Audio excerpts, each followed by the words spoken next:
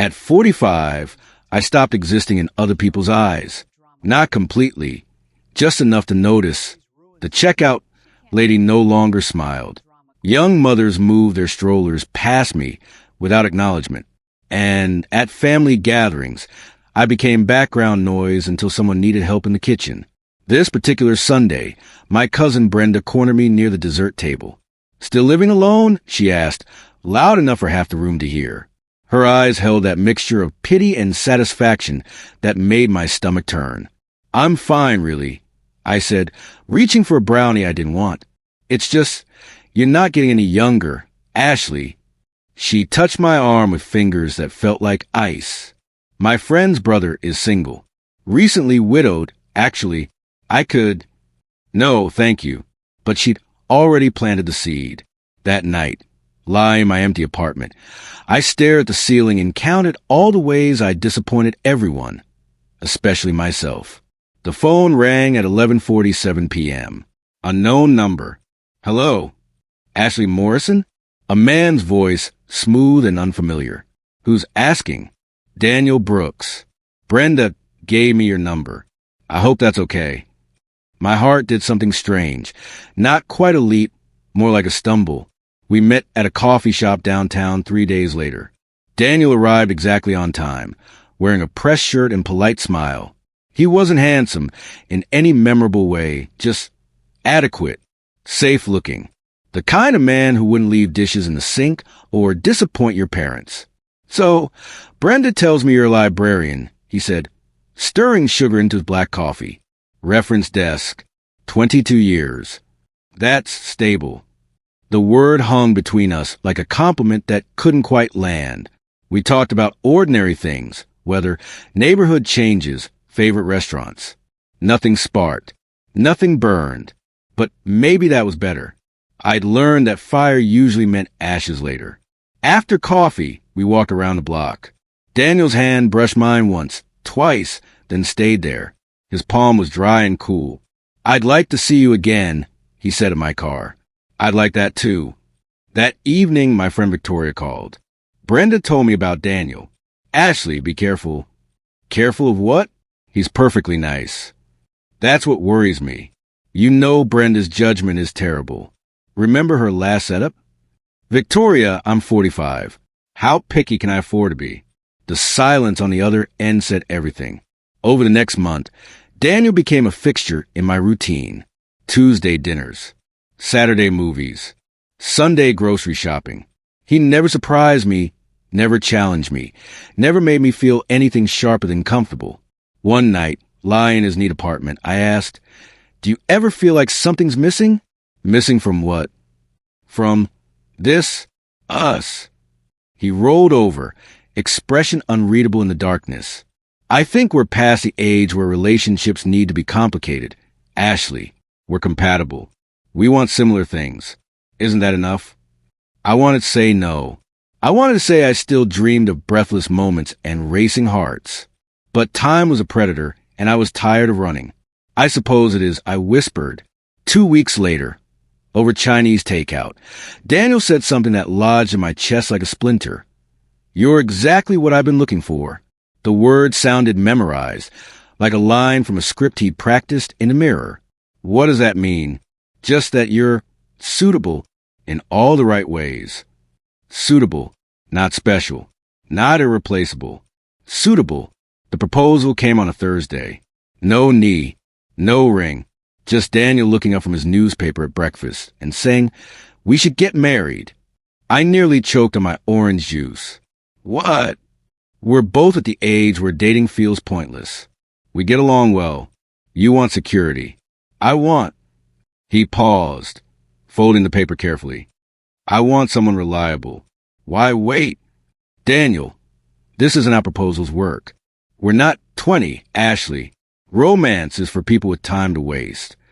Every logical cell in my brain screamed to say no. But there was something else.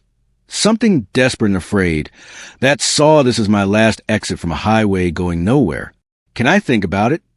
"Of course." He smiled then, and I noticed something odd. He looked relieved, like he'd just completed a difficult transaction. Not happy, not nervous, Just relieved. I said yes 3 days later. His reaction was the same. Relief without joy. We'll keep it simple, he said, already pulling out his phone to make lists. No need for a big production at our age. Our age. He kept saying it like a life sentence. The engagement lasted 6 weeks.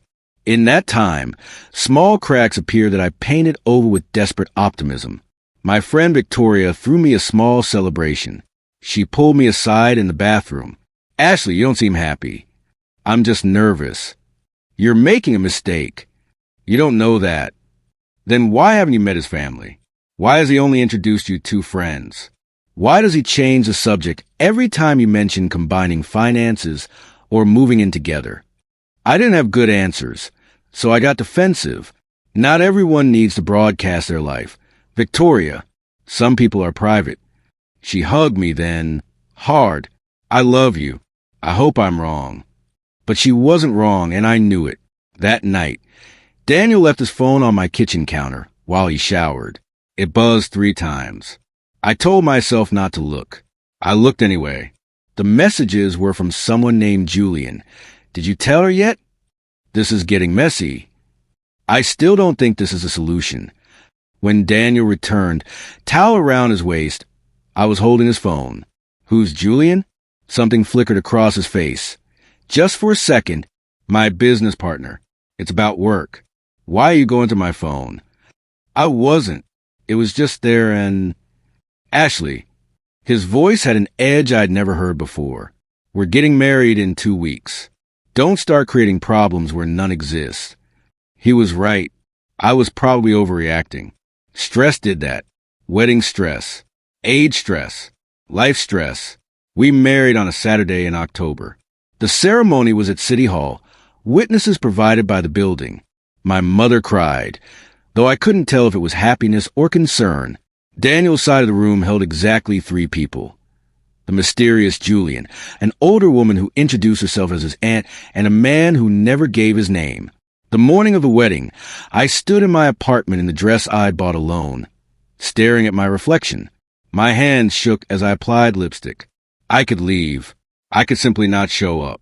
But where would that leave me? Back in my empty apartment, watching years scroll past like credits at the end of a movie nobody watched? Before we continue, I just want to say a big thank you to everyone who has trusted this channel with their real-life stories. Your experiences don't just entertain, they teach, warn, and help others feel less alone. If you're watching and you have a life experience you think someone can learn from, feel free to share it with us. Your story might be exactly what someone else needs to hear. And if these stories move you in any way, please support the channel by liking, commenting, sharing, and subscribing. It truly helps these voices reach more people. I showed up. The ceremony lasted 11 minutes. When the officiant asked if anyone objected, I held my breath, almost hoping. No one spoke. Daniel's vows were generic, pulled from a website. Mine trembled out, meaning every word I wasn't sure I believed. When we kissed, his lips were cold. Afterward, during the handful of photos, Julian kept looking at me with something like pity. The older woman, Daniel's Aunt Margaret, squeezed my hand and whispered, "You seem like a lovely girl. I hope you know what you're doing." During the short reception at a nearby restaurant, Daniel barely touched me. He spent most of the time on his phone, stepping outside twice for calls he wouldn't explain. "Everything okay?" I asked when he returned the second time. "Fine, just work." On our wedding day, the world doesn't stop for ceremonies, Ashley. We drove to the hotel in silence. The suite was nice, better than I expected, with a view of the city lights. Daniel opened the minibar, poured himself scotch, and stood by the window, back to me. I changed in the bathroom, choosing the nightgown I'd bought for this moment. When I emerged, he was sitting on the edge of the bed, hands clasped, expression serious. Then he stood, walked to the door, and locked to a sound that echoed like a prison cell closing. "We need to talk," he said, and the gentleness in his voice was somehow more terrifying than anger would have been. "Sit down, Ashley." I sat. My hands found each other in my lap, fingers weaving tight. Daniel paced. I should have had this conversation before, but timing is complicated. There are things you need to understand about our marriage. What things? He stopped pacing, looked at me directly. This isn't a traditional arrangement. I need you to be clear on the boundaries. My mouth went dry. Boundaries? First, no physical relationship. I'm not interested in that aspect of marriage. Second, no children. That discussion is closed. Third, we maintain separate finances. Completely separate. You handle your money. I handle mine. Fourth, you don't question my schedule or where I go. I value my privacy. Each word felt like a small stone dropping into my chest, piling up until I couldn't breathe. Daniel, then why did you marry me? He had the decency to look away.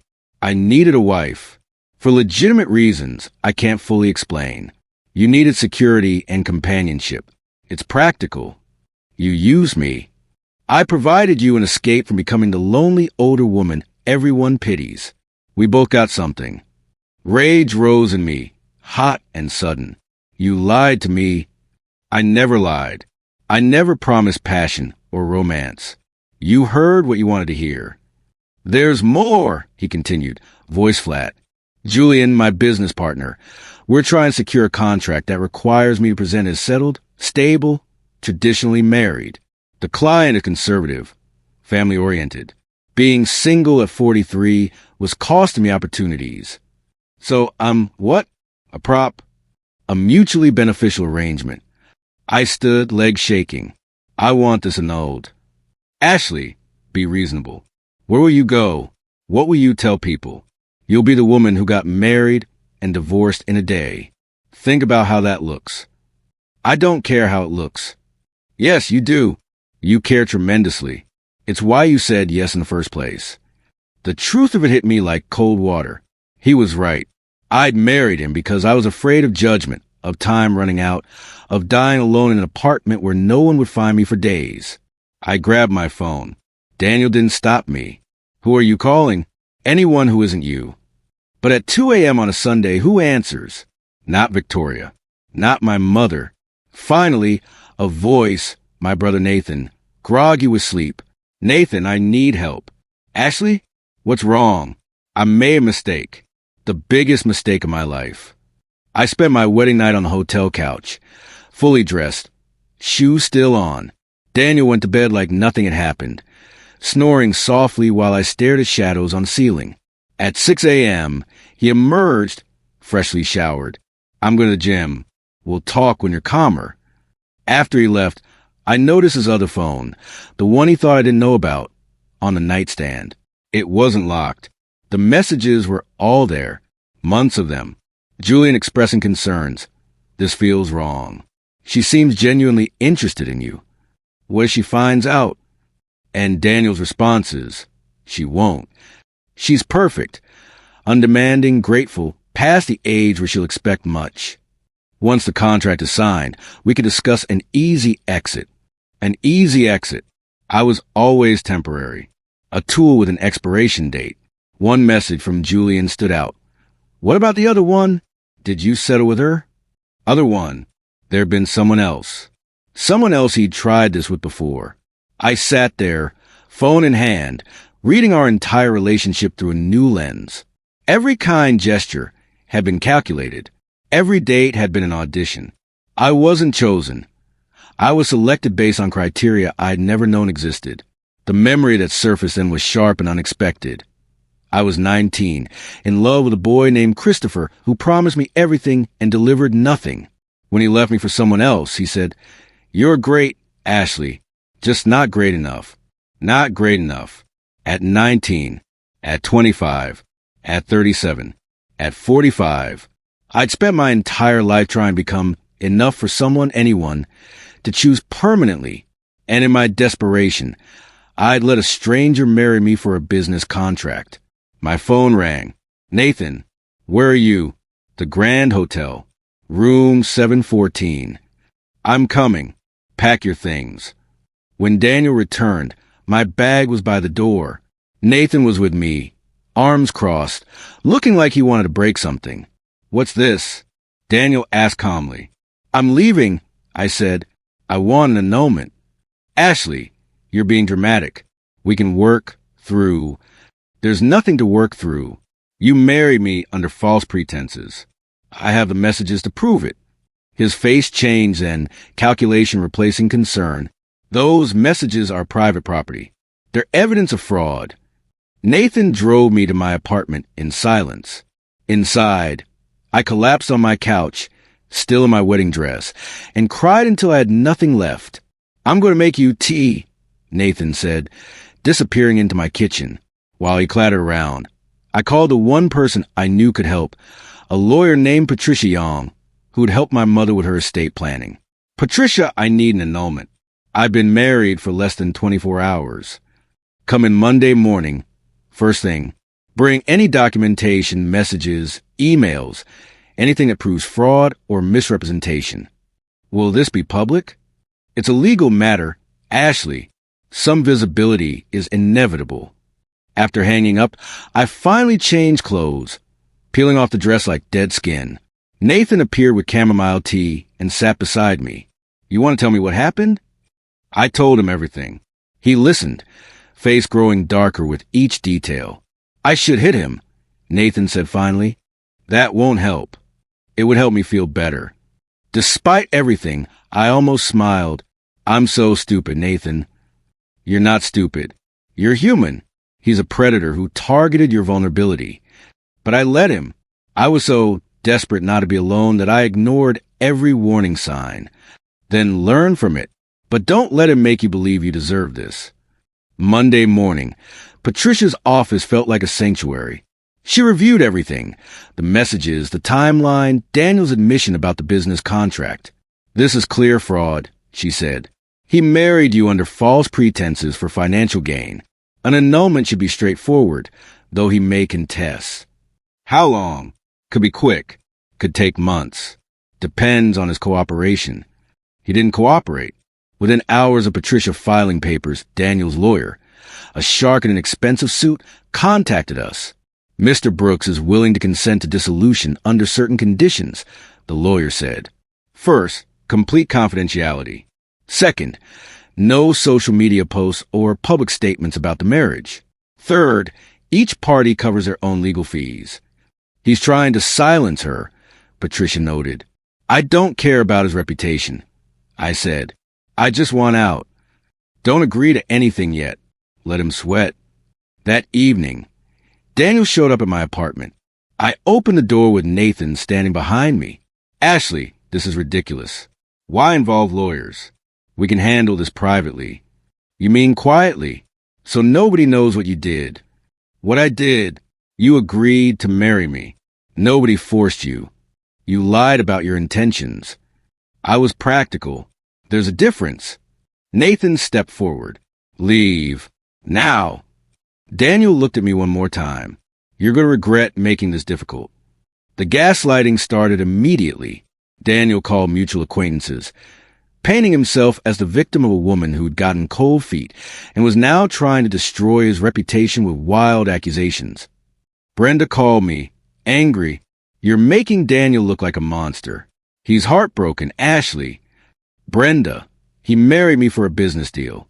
That's a horrible thing to say about someone who was nothing but kind to you. She hung up before I could respond. Others followed. Distant relatives, casual friends, all convinced I'd lost my mind or worse, that I was bitter about being left. Daniel's texts escalated from reasonable to threatening. Think about how this looks for you. People know you were desperate to get married. When this is over, you'll be known as the crazy woman who destroyed a marriage over nothing. I have friends in influential positions. Cross me and you'll regret it. I saved every message. Victoria finally came through. She arrived with wine and groceries in fury. I should have tried harder to stop you. You did try. I didn't listen. So what now? Now I fight, not just for the annulment, but so he can't do this to anyone else. That's going to get messy. It already is messy. Might as well make the mess worth it. The papers were signed on a Thursday, exactly 1 week after the wedding. Daniel agreed to the annulment without admitting fault, with a confidentiality clause that I refused to sign. You're making a mistake, his lawyer warned. No, Marrying him was a mistake. This is a correction. Patricia squeezed my shoulder. You're braver than you know. Walking out of the courthouse, legally unmarried after being married for 7 days, I felt something unexpected. Not relief exactly, but space. Room to breathe. Daniel was waiting by my car. Nathan had gone to get his vehicle, leaving me momentarily alone. I hope you're happy, Daniel said coldly. I'm not happy, but I'm free. You think you won something? You're still 45, still alone, still the woman nobody wanted enough to keep. The words were designed to wound, and they did, but not as deeply as he intended. The difference, I said quietly, is now I know being alone is better than being with someone who makes me feel lonely. His expression shifted. Something like surprise crossed his face. Then he delivered his final blow. You weren't even the first choice, Ashley. The other woman was smarter. She figured it out before the wedding and walked away. You were just easier to manipulate. He walked away, leaving me standing there, his words echoing in the empty parking lot. The reactions from family were brutal. My mother cried, asking what people would think. My aunt suggested I had been too picky my whole life and now was too desperate. Only Nathan stood firmly in my corner. Victoria organized a small divorce party. Her words at my apartment. Just her, Nathan, and Patricia. We ordered pizza and watched terrible movies, and nobody mentioned Daniel or marriage or age or any of it. To new beginnings, Victoria toasted with cheap wine. To not settling, Patricia added. To knowing your worth, Nathan finished. I didn't toast. I just held my glass and let myself feel the full weight of everything. The grief, the anger, the embarrassment, the small kernel of something that might eventually become strength. 2 days later, a message arrived from an unknown number. Hi, my name is Olivia. I think we have something in common. Can we talk? The next message was a photo. Olivia and Daniel, smiling at a restaurant. It looked recent. When was this taken? I typed back. 6 months ago, right before he ghosted me. I just found out why. He was courting you. We need to talk. We met at a quiet cafe on the edge of town. Olivia was 38, beautiful, successful, everything I'd imagined I wasn't, and she looked as broken as I felt. He told me I was perfect, she started, stirring coffee she wouldn't drink. Then suddenly he needed time. Family emergency, he said. When I pushed, he disappeared. Then last week, a mutual friend mentioned he'd gotten married. I did some digging and found you. How long were you together? 8 months. Long enough to think it was real. She pulled out her phone, showing me messages nearly identical to the ones Daniel had sent me. The same phrases, the same timing, the same gradual pressure toward commitment. He's done this before. I said slowly, you weren't first either. How do you know? Something he said. Something about the other woman being smarter. I looked at Olivia. Did he ever mention a business contract? Something requiring him to be married? No, but he was always stressed about a deal. Said it could change everything if it went through. We spent 3 hours comparing notes, building a timeline that made my skin crawl. Daniel hadn't just manipulated me. He'd refined his approach over multiple attempts, learning from each failure until he found someone vulnerable enough not to question too deeply. What do we do? Olivia asked. We find the others. All of them. And we make sure he can't do this again. I withdrew from everyone for 3 weeks. Ignored calls. Let mail pile up. Ate cereal for dinner and slept at odd hours. Nathan checked on me daily, never pushing, just present. During that time, I forced myself to look at uncomfortable truths. Daniel had targeted my vulnerability, yes, but I'd handed it to him wrapped in desperation. For years, I'd measured my worth by whether someone chose me, by whether I was young enough, pretty enough, interesting enough to deserve love. At 45, I decided I was running out of chances and grabbed the first offered hand, no matter how cold the fingers. One night, sitting in the dark, I remember being 23, turning down a kind man who genuinely liked me because he wasn't exciting enough. I remember being 31, ending things with someone who wanted children when I wasn't sure. I remembered a dozen moments where I'd chosen loneliness over compromise, and then one moment, Daniel, where I'd compromised everything. The doorbell rang at 9 p.m. Through the peephole, I saw Daniel. "I'm not letting you in," I called through the door. "Ashley, please. I need to talk to you." Then talk from there. I was wrong. About everything.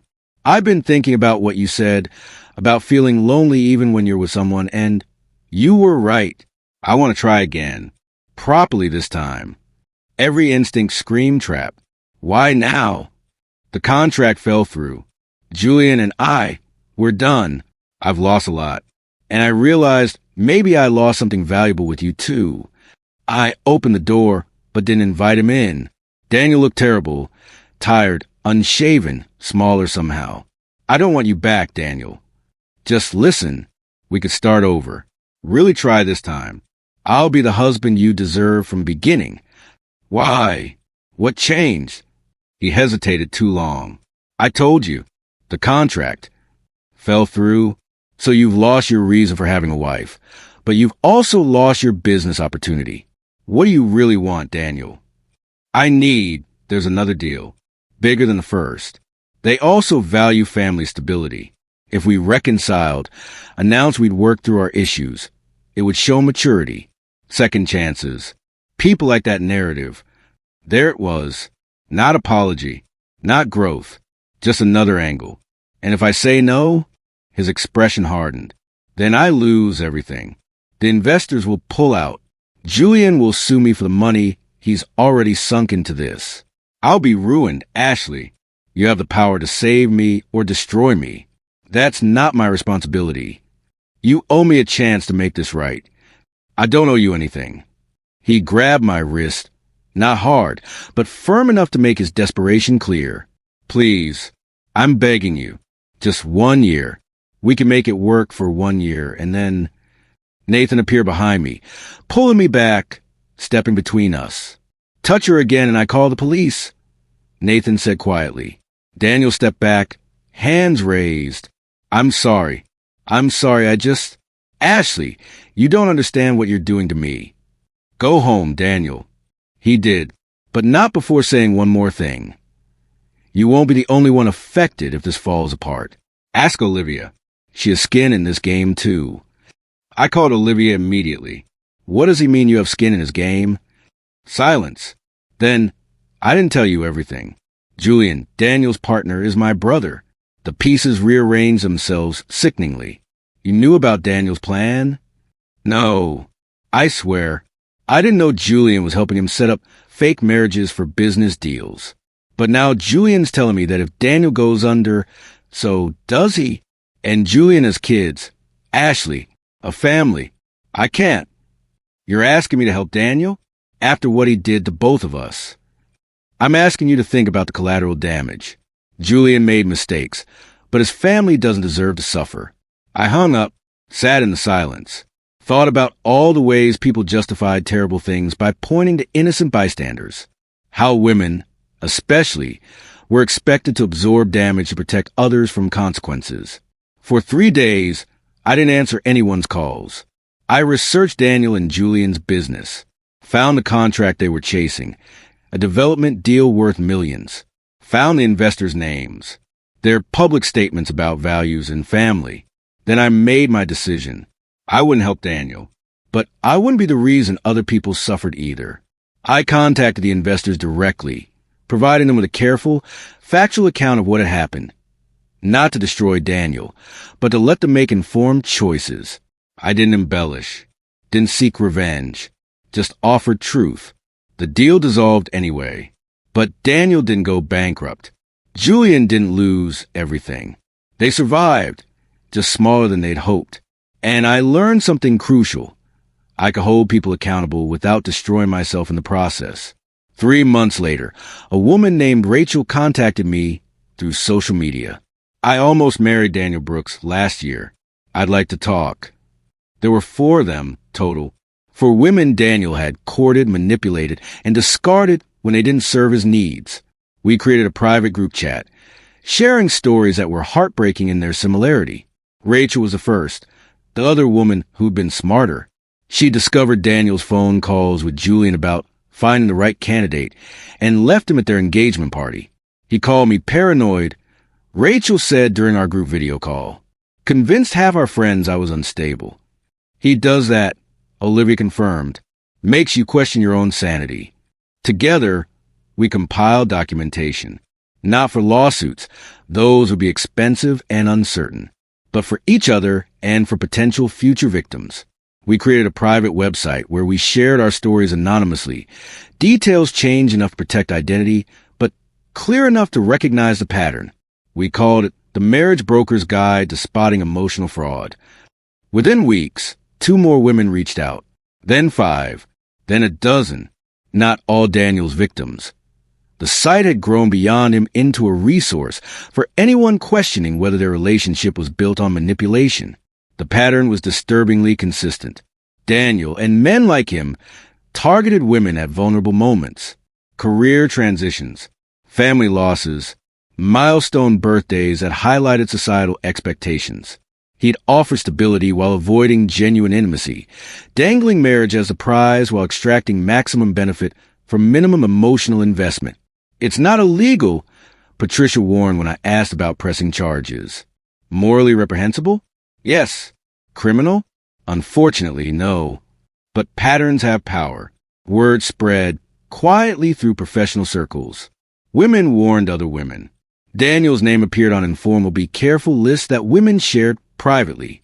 6 months after our divorce, I heard through Rachel that Daniel had tried his routine with someone new, a 42-year-old executive going through a difficult divorce. She Googled him, found our website, and sent him a message that simply read, "I know what you are."